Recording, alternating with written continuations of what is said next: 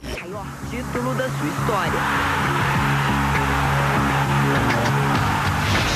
Leonel Martins é o atual presidente do Guarani. Há 2 anos no poder, o dirigente culpa as administrações anteriores pela crise. Essas dívidas aumentando, né? Deixando-se de recolher os impostos, FGTS, INSS, deixando de se cumprir os contratos com atletas, com funcionários, com fornecedores.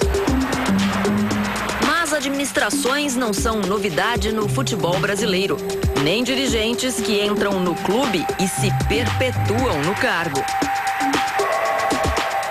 Eu acho que a forma de você se eternizar dentro de um clube, ou com o seu trabalho, até administrativo, faz necessário 20 anos. Se você faz um bom trabalho com 3 anos no máximo, mais 3 anos, 6 anos, eu acho que vai ser de bom tamanho. Na última década, o Santos revelou estrelas como Diego e Robinho, realizou transações milionárias, conquistou títulos importantes.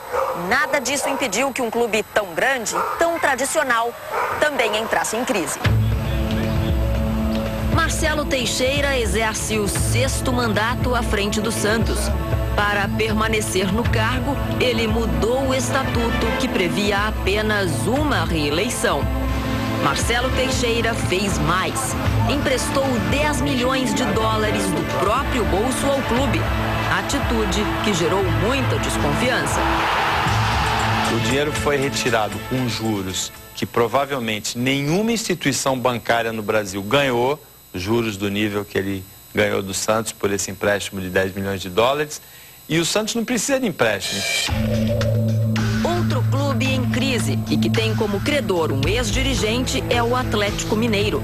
O banqueiro e ex-presidente Ricardo Guimarães tem a receber cerca de 130 milhões de reais.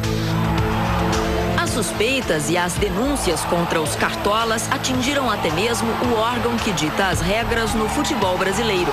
Em 2001, o Congresso Nacional instaurou uma CPI para investigar a gestão de Ricardo Teixeira, que está no comando da CBF há 19 anos. Ricardo Teixeira é genro de João Avelange, outro cartola que ficou 25 anos no comando da FIFA, a Federação Internacional de Futebol. Por falta de apoio político, o relatório da CPI do futebol não chegou sequer a ser votado. Nos clubes, alguns dirigentes já fazem parte do passado, mas as consequências do longo tempo de poder permanecem. O final dessa história é sempre a 2ª divisão, a decadência, a incompetência administrativa, a falência do clube. Sempre não tem diferença.